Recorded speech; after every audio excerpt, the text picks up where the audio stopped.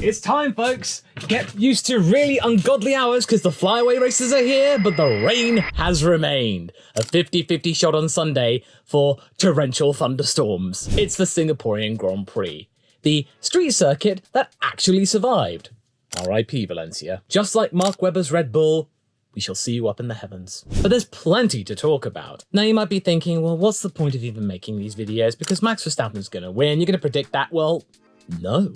I do predict somebody else, but in the meantime, I want to talk about one of my favourite topics, liveries. Because McLaren just released its first pictures of its #stealth mode, which is basically just getting rid of the baby blue that nobody really cares about on the McLaren livery and making it look dangerous in black and orange with gamer fonts for the numbers. And I'm not sure whether I like it or not. I mean, I think I do, but it kind of reminds me of the 2016 McLaren, the 2015 McLaren, and those were really, really dark times, and it's like they just switched out the papaya with the black and vice versa. So it's great if they want to actually save on weight, because there's barely any papaya on there now, but what they do show is actually kind of cool. But I would like on the actual nose cone if they just kept it a clean bit of orange instead of that little line there where the blue would actually go normally. But okay, it's nice and stealthy. I like it. I think it's going to pop nicely under the lights of Marina Bay. I'm not too sure whether about Suzuka though, but Suzuka may be rainy, and it may be rainy in Marina Bay.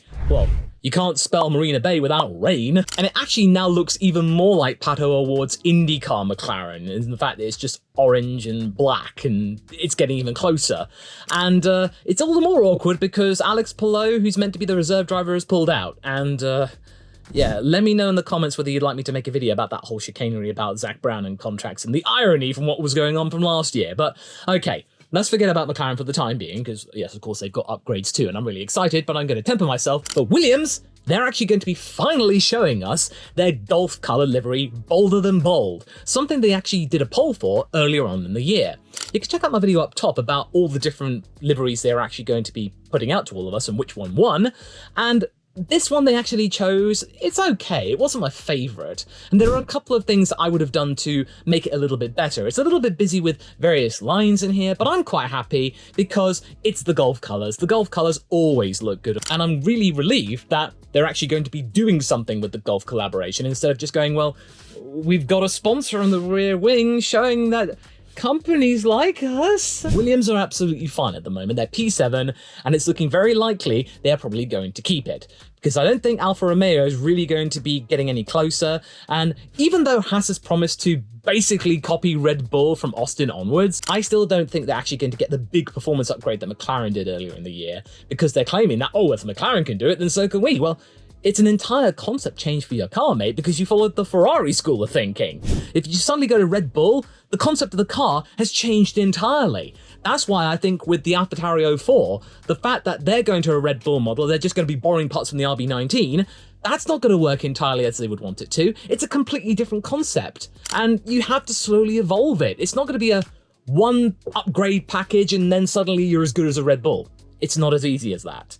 But in any case, I'm thinking that with all of the upgrades that we've seen, that Aston Martins might be quite beneficial. We're actually going to get some good straights here. Oh, and the Williams again, that's a nice little bit of relief, because we weren't really expecting much from Williams because, you know, they like long straights and low downforce, and Marina Bay, you're going to need a lot of downforce because there's loads of low-speed corners. But then again, we didn't really expect much from Williams at Zandvoort, and they got both cars in Q3 and Albon scored points, and we were like, where did that come from? This is a temporary change. It's actually going to revert back to the original layout, the Marina Bay little twisty thing that goes under the actual grandstand and that tunnel thing. They're there to actually get rid of the memories of Nelson Piquet Jr. I'm kidding, especially with what's going on at the moment. But this has now created a straight, another straight before the little chicane, before then the last corner that goes onto the finish line. And I think this actually be really good for more overtaking opportunities, because you can make some nice little lunges here. If you're really good with the brakes on your car, this is going to actually provide some more opportunities, more overtaking on a street circuit where you can't really overtake that much. And I'll take any opportunity that you can. And with Singapore, I've never really liked it or disliked it. It's okay. It looks cool under lights. It makes for some good scenery. I feel like this actually might be a positive improvement. And I imagine that based on user feedback, they may not actually revert back to the original part. They may just leave it, or make it just another configuration for maybe other events if they actually choose to use it, or maybe they alternate it. But I think it's actually going to be a benefit for the actual spectacle. We're definitely going to get more overtakes, that's for sure. But the biggest thing I'm going to be paying attention to the most this weekend is what Liam Lawson gets up to. This is going to be very important for his career because after this race, the moment he starts this race, he can no longer take part in FP1 sessions because that's meant to be for young drivers who have competed in 2 or less Grand Prix. This will be his 3rd. This is going to be his last chance to really impress the bods over at the Red Bull Group to get him a proper full-time seat for 2024. In comparison to Daniel Ricciardo, Yuki Tsunoda, Nick de Vries, about whether or not he actually can justify a seat. And this is very important because the CEO of the Alphatauri group now, the new one, he's really talking up Daniel Ricciardo a lot and about how much he loves him, and has actually been praising Liam Lawson as well. And Yuki's not really had much of a shout considering the fact that he's been around for 3 seasons and he's been carrying Alphatauri this season. Without Yuki's efforts, they would have had no points at all. They'd have been the ones on the duck, which we've been used to seeing from Williams, not Alphatauri. And of course, this is going to change now. They're not going to be as bad because they're now reverting back to the old Toro Rosso model of just taking parts from the Red Bull sister team. And this is going to be the end of it. Daniel's going to get the seat, and I'm now really worried about Yuki. I really hope he has an exit strategy. But if Liam actually scores a point, either here or at Suzuka, this is going to make Yuki and Logan Sargent at Williams sweat buckets. And that's not just because it's really humid in Singapore at the moment. But speaking of the Red Bull Group, good news! Helmut Marko has been told to shut up. Or actually, more specifically, he's promised to not talk anymore about Sergio Perez's performance as well as his nationality. Him claiming that Checo was from South America or something. No, Checo is Mexican. From Guadalajara, to be more specific. Looks like Marko didn't Checo his facts. But yes, I am glad that hopefully he's not going to be talking anymore about Checo's performance or his nationality or anything to do with him, because for the last few weeks, all we've heard is Christian Horner and Helmut Marko just talking about Perez in front of him, in public, in the media, and about, oh, he's good here, or, oh no, he's inconsistent, just bandying about him when he's right there. Just not in private, not talking about this whole thing in private where they can actually form a mature resolution. No, just, it's dirty laundry, just for the public to see.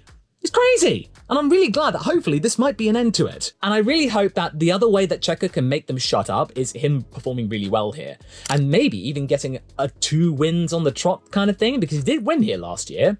But there's also one thing to really consider here, is that in terms of predicting stuff, it's going to be one of the more unpredictable races on the calendar, because safety cars here are a guarantee.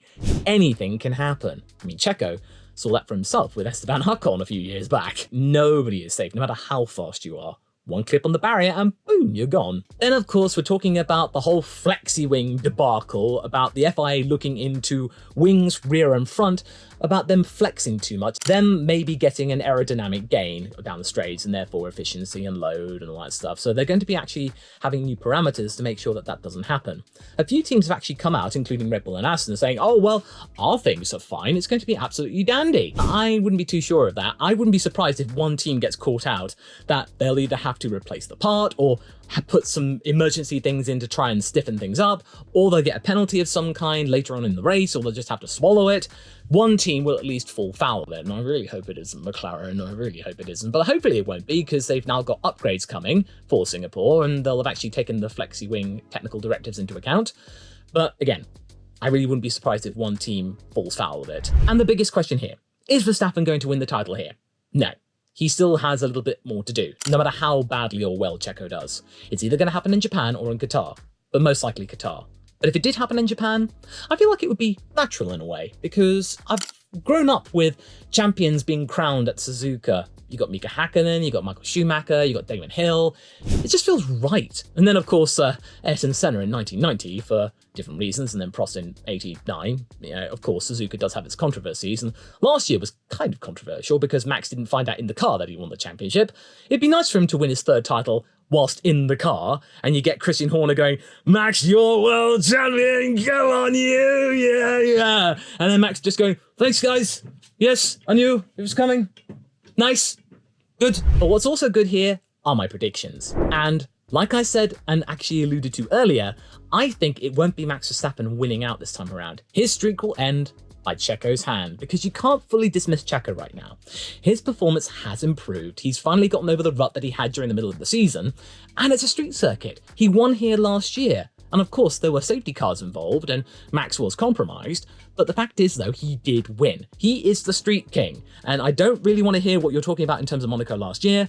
Checo does better at street circuits, and this is a street circuit. Of course, there have been some street corners and chicanes taken out. We've got more of a straight, but it's going to be fiddly all of the same. So to put him in front of Verstappen, I think is a fair bet. I really do think Checo has a good chance here, and I'm willing to take a punt on it.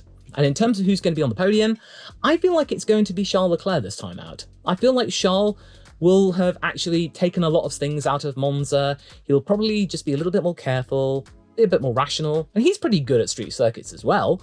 And this might be a means to try and stamp his authority at Ferrari, to remind Carlos Sainz that, you know, he is actually meant to be the team leader and that he is quite skilled as well. And therefore, that's why I think Carlos will be fourth, because that Ferrari car is improving. And all the stuff that happened at Monza has shown that when they can get their act together and really just show what they can do, Ferrari are good and act well as a team. There weren't really any slip-ups from Monza. It was really, really good, a tour de force, the Ferrari of old. Frederic Vasseur's influence at the Maranello team is actually starting to show itself, and I'm really, really happy about that. It's a shame seeing Ferrari flounder around like that all the time, so maybe this might be a change for the better. So you've got Charles Leclerc third, Carlos Sainz fourth. Who's going to be fifth? Well, I think it's going to be Lando. Lando, he does like this track. I feel like the upgrades will benefit the team in some way, but I feel like it might not be enough to actually win out against Ferrari. And I'm actually keeping my expectations from McLaren relatively low, because of course their wind tunnel is now out, it's good to go, but I really can't hype myself up too much, because the last few races I've predicted them getting podiums and being higher up in the top 5, and it's not really come to fruition. In fact, Monza, that was just depressing because they couldn't get past Albon. So now I'm just going to limit it. Lando will be in the top 5. But Piastri, will he score? Of course he will. He'll be in the top 10 as well, but I don't know where exactly. So that's why I'm just kind of just measuring my expectations instead of just getting myself all hyped up and then being disappointed in the race. By the way, the race is going to be taking place at 1 PM UK time. So we have got plenty of time to think about what we can expect this weekend. And I've had plenty of time to think about what might have happened if Lewis Hamilton never joined Mercedes in 2013. Would Michael Schumacher have been an 8-time world champion? Watch this video next to find out.